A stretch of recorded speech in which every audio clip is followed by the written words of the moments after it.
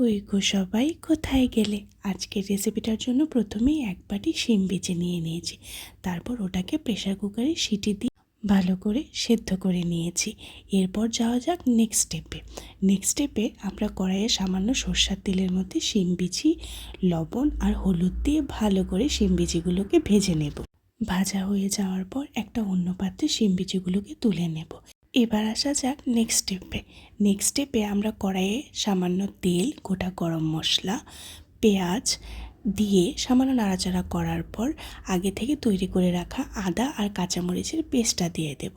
সাথে সামান্য নুন, হলুদ গুঁড়ো, কাশ্মীরি লঙ্কা গুঁড়ো, আগে থেকে তৈরি করে রাখা জিরে ধনের পেস্ট আর সামান্য মশলা দেওয়া জল দিয়ে মশলাটাকে ভালো করে কষিয়ে তার মধ্যে আগে থেকে ভেজে রাখা আলু আর শিম বিচিগুলো দিয়ে খানিকক্ষণ নাড়াচাড়া করে হালকা উষ্ণ গরম জল দিয়ে দেব ঝোলের জন্য। তোমরা যেটুকু পরিমাণ ঝোল রাখতে চাও সেইটুকু পরিমাণের জল দেবে।